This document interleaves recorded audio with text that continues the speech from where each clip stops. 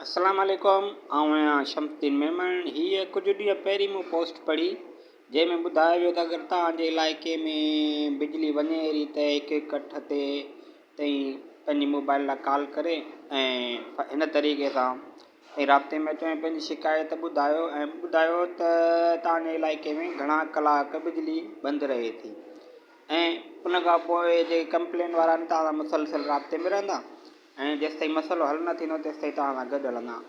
इहो त बिल्कुलु सही ॻाल्हि आहे, पर मसइलो इहो आहे त 2003 में जेको नेपरा जो लोड शेडिंग लॉ हो, लोड शेडिंग रेगुलेशन हुई, त उन में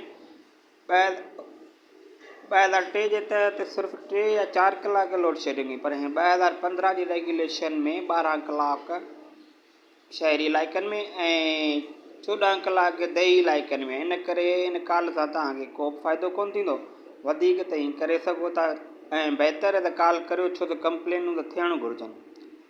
ऐं आउं इहो चवंदुसि त नेपरा जेका रेगुलेशन आहे, लोड शेडिंग रेगुलेशन, इहा क़ानूनी न आहे। इहो इदारो ई क़ानूनी न आहे, इनखे ई माना पाण लॉ बि ठाहे। लॉ ठाहिणु पार्लियामेंट जो कमु आहे। हीअ सिर्फ़ु रूल ठाहे सघंदा, रूल ही पंहिंजे इदारनि ते नाफ़िज़ करे सघंदा, अवाम ते न।